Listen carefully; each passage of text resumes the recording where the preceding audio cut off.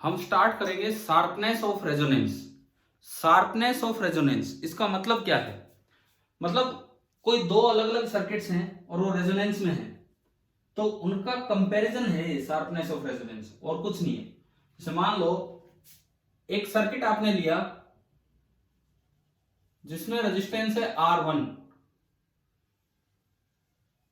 Inductance है L, capacitance है C। ये यहां से कोई सोर्स लगा दिया, और एक दूसरा सर्किट आपने लिया, रेजिस्टेंस है R2, इंडक्टेंस है L, कैपेसिटेंस है C। मैंने L और C सेम लिए, लेकिन खाली R की वैल्यू अलग अलग ले ली। एक में R1 लिया और एक में R2 लिया। मैंने L और C सेम ले लिए, केवल R की वैल्यू अलग अलग ली। तो अब हम ये सीखना चाहेंगे कि शार्पनेस का यहां पे मतलब क्या है। देखो, सबसे पहली बात, इन जनरल अगर हम बात करें, R1 R2 छोड़ो, इन जनरल अगर हम R के लिए बात करें, R के लिए R1 R2 फिर लेते हैं। जैसे ये कोई सर्किट है, तो मान लीजिए अभी जो ओमेगा ड्राइविंग है, this is equal to omega natural. अगर अभी ओमेगा ड्राइविंग ओमेगा नेचुरल के बराबर है, तो इसका ये मतलब है कि इस वक्त Z बराबर, इस वक्त XL बराबर XC होगा, इस वक्त X बराबर 0 होगा, इस वक्त Z बराबर R होगा, वो मिनिमम होगा, एंड इस वक्त IM पीक वैल्यू मैक्सिमम होगी, और वो होगी VM बाई R, और इस समय जो फेज डिफरेंस है वो 0 होगा। ये कुछ रिजल्ट्स हैं जो हम देख के लाए। R1 R2 का कंपैरिजन मैं फिर करता हूं शार्पनेस में। सबसे पहले हम एक ग्राफ सोचें कि ये जो IM है ये ओमेगा के साथ चेंज हो रहा है। ये जो I की मैक्सिमम वैल्यू है ये ओमेगा ड्राइविंग के साथ चेंज हो रहा है। रेजोनेंस हमें यही बता रहा है कि आप सोर्स का ओमेगा ड्राइविंग चेंज करोगे तो I की जो मैक्सिमम वैल्यू है वो चेंज होती चलेगी। कैसे चेंज हो रहा है, अब हम उसको जाने। एक आपने नेचुरल फ्रीक्वेंसी ली, सर्किट की natural angular frequency omega n. अभी हमने पीछे देखा था कि जब XL ग्रेटर देन XC है, XC ग्रेटर देन XL है, तीन केस लिए। इधर की तरफ अगर मैं बात करूं, इधर वाला केस था XC is greater than XL, जब ओमेगा ड्राइविंग ओमेगा नेचुरल से कम है। Omega driving was less than omega natural. इससे आगे की बात करूं तो इससे आगे वाले जो केस हैं वो आपके हैं XL ग्रेटर देन XC। ये वो केस है जहां पे ओमेगा ड्राइविंग ओमेगा नेचुरल से बड़ा है, और ये वो पर्टिकुलर केस है बीच वाला जहां पे ओमेगा ड्राइविंग बराबर है ओमेगा नेचुरल से। हमें कोई साइनोसॉइडल एसी नहीं दिखाना, हमें यह दिखाना है कि IM की वैल्यू किस तरह से चेंज हो रही है। आपने पीछे इससे पहले जो अभी थोड़ी देर पहले जो लेक्चर हुआ उसमें आपने 3 साइनोसॉइडल कर्व बनाए। पहले में IM कम, दूसरे में IM कम, तीसरे में IM ज्यादा दिखाया था, सेम फेज में ज्यादा। तब उन्हीं IM की वैल्यूज को अगर मैं प्लॉट करूं तो ये ग्राफ कैसा आएगा? जिस वक्त ओमेगा ड्राइविंग बराबर ओमेगा नेचुरल है उस वक्त IM मैक्सिमम है, और IM की जो मैक्सिमम वैल्यू है that was VM by R। उस वक्त IM मैक्सिमम है। आप चाहे इधर वाला केस ले लो चाहे इधर वाला केस ले लो, ग्राफ साइनोसॉइडल रहेगा, लेकिन I पीक जो वैल्यू है वो VM बाई R नहीं बल्कि VM बाई Z हो जाएगी, और Z की वैल्यू R से बड़ी होगी बाकी केसेस में। तो इधर आओगे तो भी ये ग्राफ नीचे आएगा, और इधर आओगे तो भी ये ग्राफ नीचे आएगा। ये एक रेजोनेंस कर्व है आपका, this may be termed as resonance curve. ये रेजोनेंस दिखा रहा है कि जब ओमेगा ड्राइविंग बराबर ओमेगा नेचुरल है उस वक्त सर्किट रेजोनेंस में है, और ये इस तरह से रेजोनेंस हुआ है। आप ये देख सकते हैं इस जगह पे सारी चीजें वेरीफाई होंगी। ओमेगा ड्राइविंग बराबर ओमेगा नेचुरल है, XL बराबर XC है, X बराबर 0 है, तभी तो Z बराबर R है, Z मिनिमम है तो I मैक्सिमम है। IM की वैल्यू मैक्सिमम कितनी है? VM by R। और फेज डिफरेंस इस ग्राफ में नहीं दिखता, वो तो जो V और I के प्लॉट होते हैं उनमें पता लगता है फेज डिफरेंस। तो ये आपकी रेजोनेंस कर्व है जो रेजोनेंस दिखा रही है। अब इसमें एक टर्म डिफाइन होती है बैंडविड्थ ऑफ सर्किट। इसमें टर्म डिफाइन होगी बैंडविड्थ ऑफ सर्किट। क्या मतलब है सुनो, रेजोनेंस के वक्त सर्किट में मैक्सिमम पावर कंज्यूम हो रही है, तो जो एवरेज पावर कंज्यूम्ड होती है उसकी मैक्सिमम वैल्यू हमने सीखा था। पावर का फॉर्मूला होता है I m square R by two. At resonance I m है वी एम बाई आर, तो जब आप इसमें रखोगे तो V m square by R square, V m square by R square, एक आर से कार कटेगा और ये आपका कितना हो गया V m square by two are. ये है। इससे आधी पावर कितने करंट पे कंज्यूम होगी, इससे आधी पावर कितने करंट पे कंज्यूम होगी। अगर मान लो आई करंट पे इतनी पावर कंज्यूम हो रही है तो उससे half power I by root two पे कंज्यूम होगी, बिकॉज करंट का स्क्वायर करते हैं तब पावर बनती है। तो अगर आई करंट पे 10 एम्पियर पे मैक्सिमम पावर कंज्यूम हो रही है तो 10 बाई रूट टू एम्पियर पे आधी पावर कंज्यूम होगी। यानी कि अगर मैं यहां एक particular value of I m ले लूं V m by R under root two, V m by R under root two, तो आपको दो ऐसी स्पेशल फ्रीक्वेंसीज मिलेंगी, तो ऐसी स्पेशल फ्रीक्वेंसीज मिलेंगी जिनपे रेजोनेंस से आधी पावर कंज्यूम होनी, और इनको बोलते हैं हाफ पावर फ्रीक्वेंसीज। तो अब हम थोड़ा इन हाफ पावर फ्रीक्वेंसीज के बारे में पढ़े, बिकॉज टॉपिक का नाम हमने डाला है sharpness of resonance. Sharpness of resonance समझने के लिए आपको बैंडविड्थ और ये सब चीजें समझनी होंगी, फिर यहीं से हम चलेंगे शार्पनेस की तरफ। तो देखते हैं अब ये क्या है। ये आपका सर्किट तो आपको समझ में आ ही रहा है। ओमेगा ड्राइविंग आप चेंज करते चलो, उसके अकॉर्डिंग ग्राफ बनता चलेगा। अब हम सीखे कि ये हाफ पावर फ्रीक्वेंसीज क्या क्या है, इनके बारे में हम पता लगाएं थोड़ा बहुत। ये जो भी हाफ पावर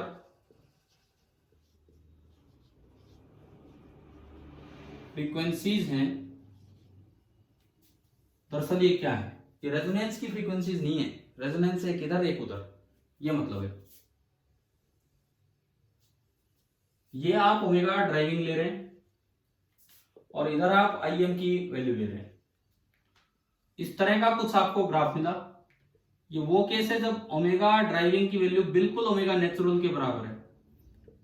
इस वक्त जो पावर कंज्यूम हो रही है दैट इज पी मैक्सिमम। यहां पावर एक्सिस नहीं है, करंट एक्सिस है, तो ये होगा वी एम बाई आर। तो अगर आप हाफ पावर देखना चाहते हो तो करंट इसे रूट टू टाइम्स कर दो, क्योंकि उसका स्क्वायर अपने आप हाफ हो जाएगा। तो आपने ले लिया V m by under root two R. Under root two 1 by root two is nearly 0.7, so this is 0.7 V m by R. आधा नहीं, आधे से थोड़ा ऊपर, आधा नहीं है, आधे से थोड़ा ऊपर है, 0.7 वी एम बाई आर। अब देखिए आप, एक तो ये फ्रीक्वेंसी है ओमेगा 1 ड्राइविंग फ्रीक्वेंसी, और एक ये फ्रीक्वेंसी है ओमेगा 2। इन दो फ्रीक्वेंसीज को बोलते हैं हाफ पावर फ्रीक्वेंसी। और ये बड़ा सिमेट्रिक होता है ग्राफ, यानी कि अगर ये डेल्टा ओमेगा इधर है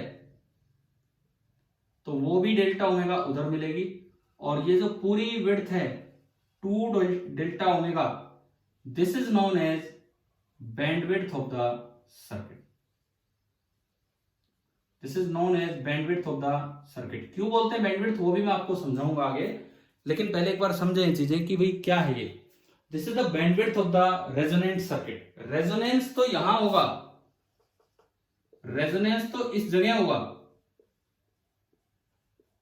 भाई, रेजोनेंस तो इस जगह होगा, लेकिन इतनी दूरी तक के सिग्नल्स को रिसीव कर जाएगा। ये चीज हम क्लियर करेंगे आगे कि क्या है क्या नहीं है। सो this is the bandwidth of the circuit. और इनको हाफ पावर फ्रीक्वेंसी क्यों बोला ये मैंने आपको बता दिया है। अब सबसे पहली बात कि इन दो स्पेशल पॉइंट्स को अगर मैं लूं, जैसे मान लो ये पॉइंट है ए, रेजोनेंस वाला पॉइंट है ए, ये वाला पॉइंट मैंने बोला बी, सी छोड़ो कैपेसिटेंस होता है, ये मैंने बोल दिया डी। ए बी और डी, इस ग्राफ पे 3 पॉइंट लिए। ए पॉइंट के बारे में तो आप अभी सब कुछ पढ़ के आए हो कि वहां फेज डिफरेंस 0 है और सब ये सब वो सब, ठीक है। अब हम देखें पॉइंट बी की तरफ चलते हैं। सबसे पहले पॉइंट बी की तरफ, फिर चलेंगे पॉइंट डी की तरफ। पहले पॉइंट बी की तरफ चलो। At point B, at point B अगर आप देखते हैं, पॉइंट बी पे एक्सएल बड़ा है कि एक्ससी बड़ा है? देखो रेजोनेंस पे तो एक्ससी और एक्सएल दोनों बराबर होते हैं, रेजोनेंस पे तो एक्ससी और एक्सएल दोनों बराबर होते हैं। अब जितना ओमेगा कम करोगे एक्ससी उतना बढ़ेगा, क्योंकि एक्ससी में आता है 1 upon omega, 1 upon omega C, तो ओमेगा कम करोगे तो एक्ससी बढ़ेगा। तो यानी कि ये वो केस है जहां पे एक्ससी बढ़ने लगा है। पहली बात, at point B X C is greater than X L. अगर एक्ससी बड़ा है एक्सएल से तो इसका मतलब है कि करंट विल लीड, इसका यह मतलब है कि करंट लीड कर रहा होगा। अब बात यह है कि यहां जेड कितना है, जेड आई एम जो भी होता है that is V m by Z, I m जो भी होता है किसी भी जगह that is V m by Z. तो अगर मैं कंपेयर करूं तो मुझे जेड दिख रहा है under root 2r, under root 2r को आप ऐसे भी लिख सकते हो R square plus R square, ये आपको जेड मिला। अब अगली चीज यहां एक्स कितना है, तो जेड इन जनरल होता है under root R square plus X square, Z in general होता है under root R square plus X square. तो अगर मैं कंपेयर करूं तो एक्स आ गया आर, एक्स आपका आया आर। अब एक्स क्या होगा, एक्ससी माइनस एक्सएल या एक्सएल माइनस एक्ससी। तो एक्ससी बड़ा है तो इस जगह पे X C minus X L this will come out to be R, X C minus X L आपका आर हो जाएगा। और अगर आप इंपीडेंस डायग्राम बनाए, इंपीडेंस डायग्राम, तो ये आर, ये एक्स वो भी आर है, जेड रूट 2r है, तो ये जो एंगल है वो पाई बाई 4 होगा। यानी कि इस सर्किट में करंट विल लीड कितने एंगल से, बाई पाई बाई 4। अगर सर्किट ये आपने इतने ओमेगा पे सेट कर रखा है तो ये सब सिचुएशंस हैं इस half power angular frequency omega 1 पे, कि वहां पे सर्किट कैपेसिटिव होगा, एक्सी और एक्सएल का डिफरेंस इतना होगा, पाई बाई 4 से ये आगे चल रहा होगा करंट। अब मैं आता हूं पॉइंट नंबर डी पे, अब मैं चलता हूं पॉइंट नंबर डी पे। तो पॉइंट डी पे आप देखो, पॉइंट डी पे ओमेगा नेचुरल पे एक्सी और एक्सएल दोनों बराबर होते हैं। आप थोड़ा और आगे चलेंगे, आप थोड़ा और आगे चलेंगे, इस मींस ओमेगा बढ़ाया तो एक्सएल बढ़ेगा, क्योंकि एक्सएल होता है ओमेगा इंटू एल, एक्सी कम होगा क्योंकि उसमें ओमेगा नीचे आता है। तो ओमेगा बढ़ाया तो एक्सएल बढ़ेगा, तो यानी कि ये डी वो पॉइंट है जहां पे एक्सएल बड़ा है एक्ससी से। अगर एक्सएल बड़ा है एक्ससी से तो आई विल लैग, वोल्टेज से करंट पीछे चल रहा होगा, आई विल लैग। कंपेयर करो तो जेड फिर दोबारा रूट 2r है, जेड रूट 2r को मैं लिख सकता हूं under root R square plus R square, यानी कि एक्स फिर से आर है, लेकिन इस बार एक्सएल बड़ा है तो इस बार एक्सएल माइनस एक्ससी, इस पॉइंट पे एक्सएल माइनस एक्ससी आपका आर होगा, और ये पाई बाई 4 का ही आना है, सेम डायग्राम, यानी कि करंट वोल्टेज से पीछे चल रहा होगा कितने एंगल से, पाई बाई 4 एंगल से। तो ये आपके दो स्पेशल पॉइंट्स आपने पढ़े, हाफ पावर फ्रीक्वेंसी, इनके बारे में क्या स्पेशल है मैं बताऊंगा अभी आपको, ये आपके आगे हाफ पावर फ्रीक्वेंसी। अब इसमें अगली चीज जो हम पढ़ रहे हैं that is the expression for bandwidth. ये जो 2 डेल्टा ओमेगा है this is R by L, ये आप याद रखना। कैसे अभी डराइव कर रहे हैं कि किसी भी रेजोनेंट सर्किट का, किसी भी आरएलसी सर्किट का जो बैंडविड्थ का एक्सप्रेशन होगा 2 टाइम्स डेल्टा ओमेगा का जो एक्सप्रेशन होगा that is R by L. 2 times delta omega कितना है, अगर आप इससे देखें तो ये वैल्यू ओमेगा 2, ये omega 1, this is omega 2 minus omega 1, so omega 2 minus omega 1 is R by L. अब ये प्रूव कैसे करें, आप पॉइंट बी से भी प्रूव कर सकते हो, आप पॉइंट डी से भी प्रूव कर सकते हो, चाहे तो पॉइंट बी से प्रूव कर सकते हैं, चाहे तो पॉइंट डी से प्रूव कर सकते हैं। कैसे, देखिए और समझिए इस चीज को।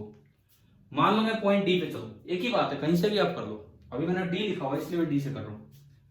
ये ओमेगा नेचुरल है that is 1 upon under root LC, तो ओमेगा 2 को मैं लिख सकता हूं omega natural plus delta omega, इतना आगे, और ओमेगा 1 को मैं लिख सकता हूं omega natural minus delta omega. अब पॉइंट डी पे कंडीशन है XL minus XC is R, point D पे जो कंडीशन है that is XL minus XC is R, इसका हम यूज करते हैं एक्सप्रेशन फॉर बैंडविड्थ निकालने के लिए। इस चीज का हम यूज करें कि XL minus XC is R, कैसे यूज करें देखिए, एट पॉइंट डी,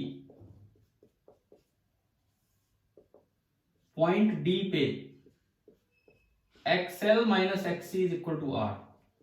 XL होता है ओमेगा इंटू एल, और पॉइंट डी पे ओमेगा है ओमेगा 2, तो omega 2 into L minus 1 upon omega 2 into C, this is equal to R. Omega 2 into L minus 1 upon omega 2 into C, this is equal to R. Omega 2 की value है omega natural plus delta omega, ये मैंने इसमें put किया, तो ये आपका आया omega natural plus delta omega into L minus 1 upon omega natural plus delta omega into C, and this is equal to are. ये हमारे पास, हम यहां से निकालना चाहें डेल्टा ओमेगा क्या होगा, हम यहां से डेल्टा ओमेगा निकालना चाह रहे हैं। कैसे निकाले डेल्टा ओमेगा? देखिए, अगर मैं इस टर्म में से ओमेगा नेचुरल बाहर निकाल लूं, कॉमन निकाल लूं, तो ये बना ओमेगा नेचुरल, मैंने कॉमन लिया, एक एल मल्टीप्लाई कर दिया, तो जो यहां तो बना 1, और नेक्स्ट टर्म बनेगी delta omega upon omega natural. शायद आपको ये चीज समझ में आ गई होगी कि omega N plus delta omega में से मैंने ओमेगा एन कॉमन ले लिया, तो ये बचेगा 1 plus delta omega upon omega N, और ये मैंने एल से बाहर मल्टीप्लाई कर दिया। सेम यही काम आप दूसरे वाले में कीजिए। क्या? नीचे ओमेगा एन कॉमन ले लीजिए, तो एक ओमेगा एन कॉमन लिया और एक सी बाहर है, तो यहां भी नीचे क्या बचेगा? 1 plus delta omega upon omega N, and this is equal to R. शायद ये एक्सप्रेशन आपको समझ में आ गया होगा यहां तक कि क्या है। अब देखो, इसको थोड़ा सिंप्लीफाई करते हैं। बैंडविड्थ का एक्सप्रेशन निकालने के लिए हम इसको थोड़ा सिंप्लीफाई करते हैं कि बैंडविड्थ आर बाई एल कैसे आएगी, फिर हमें वो याद भी रखना है, और फिर हम दो सर्किट्स को कंपेयर भी कर रहे होंगे, जिससे हम शुरुआत जो मैं आपको दिखा रहा था। अब देखिए, at resonance at omega equal to omega l n, xl बराबर होता है एक्ससी, यानी कि omega n into l is equal to 1 upon omega n into c. तो ये जो 1 upon omega n into c है, मैं इसकी जगह लिख सकता हूं ओमेगा एन इंटू एल, तो ये बना omega n into l 1 plus delta omega by omega n पहली term, minus 1 by omega n c, और इसको ऊपर ले जाओ 1 plus delta omega upon omega N की power -1, and this is equal to are. ये आपका चल रहा है, this is equal to r. इस तरह से आप आगे बढ़ रहे हो। अब देखिए, इसको भी ओमेगा नेचुरल इंटू एल लिख दो, तो omega n into l 1 plus delta omega by omega n, minus again omega natural into l 1 plus delta omega by omega N की power -1, this is equal to r. इन दोनों में से omega natural into l मैंने common ले लिया, इन दोनों में से ओमेगा नेचुरल इंटू एल मैंने कॉमन लिया, पहली टर्म बची 1 plus delta omega upon omega N plus 1 plus delta omega upon omega N की पावर -1, सॉरी प्लस नहीं है, माइनस चल रहा है, this is equal to R. इतना आ गया। इसके बाद देखिए, अब हम थोड़ा बाइनोमियल का यूज करेंगे, बाइनोमियल का, कि फॉर स्मॉल एक्स हम एक चीज जानते हैं कि for small X 1 plus X raise to power N is nearly equal to 1 plus N X. तो ये जो डेल्टा ओमेगा होता है, बैंडविड्थ का आधा पार्ट, ये बहुत छोटा होता है नेचुरल एंगुलर फ्रीक्वेंसी से सर्किट्स में। तो इसका ये मतलब है कि delta omega upon omega N is very very much smaller than 1। इसका मतलब 1 plus delta omega upon omega N की पावर -1 जहां भी होगा, आप उसको नियरली लिख सकते हैं, पावर आगे मल्टीप्लाई हो जाएगी 1 प्लस एन एक्स, तो 1 minus delta omega upon omega N. इस चीज का इसमें यूज कीजिए, इस वाली चीज का इसमें यूज करेंगे तो ये बना omega natural into N, first bracket as it is 1 plus delta omega by omega N, second bracket में माइनस एडजस्ट होगा, तो एक माइनस बाहर लगा है, ये माइनस हो गया लेकिन एक माइनस बाहर लगा है, तो -1, एंड ये आपका हो जाएगा plus delta omega by omega N, and this is equal to R. अब देखो 1 से 1 कैंसिल हो गया, ओमेगा एन कॉमन आके ओमेगा एन भी कैंसिल हो गया, ये बचा L into 2 times delta omega, this is R, and यहां से 2 टाइम्स डेल्टा ओमेगा, ये आपका निकल के आया R by L. 2 times delta omega निकल के आया R by L, and 2 times delta omega was the bandwidth. तो एक सर्किट की बैंडविड्थ का फॉर्मूला आपके पास आ गया आर बाई एल, ये हमारे पास बैंडविड्थ का फॉर्मूला है। अब देखते हैं कंपैरिजन, जहां से हमने शुरुआत की थी कि शार्पनेस ऑफ रेजोनेंस का क्या मतलब है। ये याद रखना कि बैंडविड्थ आ गई आर बाई एल। अब देखो शार्पनेस कैसे हम देखें, किस तरह से कंपेयर करें, ये फॉर्मूला आपको डिराइव करना आ गया होगा, जिसे भी हमने डिराइव किया जिस तरीके से। देखो हमने 2 सर्किट लिए, R1 L and C।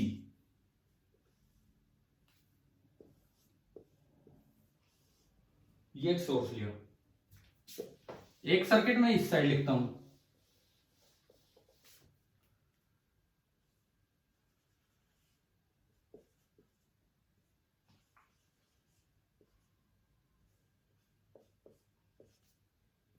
R2L and C, ये आपने इधर दिया। बैंडविड्थ का एक्सप्रेशन मेरे पास आ चुका है, दोनों में L और C सेम लिया। दोनों में L और C सेम लेने का मतलब है कि इसकी भी ओमेगा नेचुरल है 1 by root L C, small damping को मान रहे, और इसकी ओमेगा नेचुरल है 1 by under root L C, ये है। लेकिन R1 R2 अलग अलग है, तो इसका ये मतलब है कि जो IM की मैक्सिमम वैल्यू है वो अलग अलग होगी। IM की मैक्सिमम वैल्यू थी Vm बाई आर, यहां तो होगी Vm बाई R1, और यहां जो IM की मैक्सिमम वैल्यू होगी that is Vm by R2। अब इनमें से कोई भी एक छोटा मान लो, कोई भी एक बड़ा मान लो, let R1 is greater than R2, ये हमने माना। तो मैं दोनों का रेजोनेंस कर्व बनाऊं, दोनों का फ्रीक्वेंसी रिस्पांस कर्व बनाऊं। फ्रीक्वेंसी रिस्पांस कर्व बोल देते हैं इनको, ये जो हम बना रहे हैं कि फ्रीक्वेंसी के साथ कैसा रिस्पांस दिखा रहा है, इसे मैंने नाम दिया अभी फ्रीक्वेंसी रिस्पांस कर्व, कि फ्रीक्वेंसी ओमेगा चेंज करने से करंट का रिस्पांस कैसा आ रहा है, वो बोल देते हैं इसको ये भी। तो देखिए आप ओमेगा ड्राइविंग यहां ले रहे हैं, आई मैक्सिमम वैल्यू यहां ले रहे हैं, मान लो R1 बड़ा है, तो जो इसकी बैंडविड्थ होगी that is R1 by L, and इसकी जो बैंडविड्थ होगी ये अभी निकाला हमने R2 बाई एल। अगर R1 बड़ा है तो पहले सर्किट की बैंडविड्थ ज्यादा होगी, बैंडविड्थ ज्यादा होने का मतलब है कि ओमेगा 1 और ओमेगा 2 दूर दूर होंगे। पहले सर्किट की बैंडविड्थ ज्यादा होने का मतलब है कि ओमेगा 1 और ओमेगा 2 दूर दूर होंगे, और ये ग्राफ कुछ ऐसा जाएगा और बहुत ऊपर तक नहीं जा पाएगा।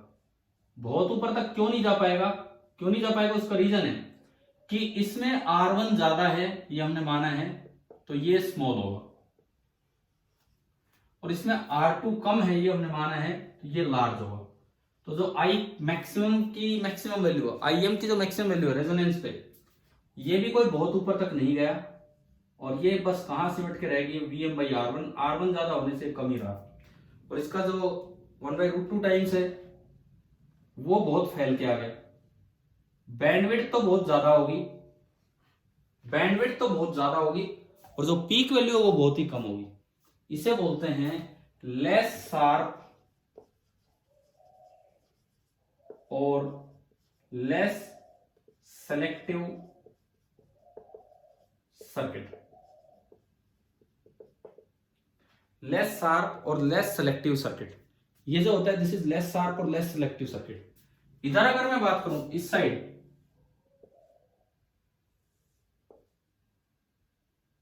Frequency response curve omega driving के साथ आई लेंगे, R2 कम है तो बैंडविड्थ कम है और पीक वैल्यू ज्यादा है, तो ये वाला ग्राफ कुछ ऐसा जाएगा, ऐसा। बैंडविड्थ तो इसकी थोड़ी सी होगी, small bandwidth and large peak value, इसे बोलते हैं मोर शार्प और मोर सेलेक्टिव सर्किट। मोर शार्प और मोर सेलेक्टिव सर्किट, कि भाई अब वो बेटर सर्किट होता है, ये खराब सर्किट है, ये अच्छा सर्किट है, कि क्यों ये खराब सर्किट है और क्यों वो अच्छा सर्किट है, ये वाली चीज हम अगले लेक्चर में लेके देख रहे होंगे। मैं मान के चलूं कि आपको शायद एक कंपैरिजन समझ, शार्पनेस दिख भी रहा है, थोड़ा तीखा सा ग्राफ बन रहा है, फ्लैट सा ग्राफ बन रहा है, परंतु ऐसे देखने का ग्राफ का क्या है, असल में क्यों वो अच्छा सर्किट है, क्यों वो सिलेक्टिव माना जाता है और ये लेस सिलेक्टिव माना जाता है, ये हम देख रहे होंगे अगले लेक्चर में।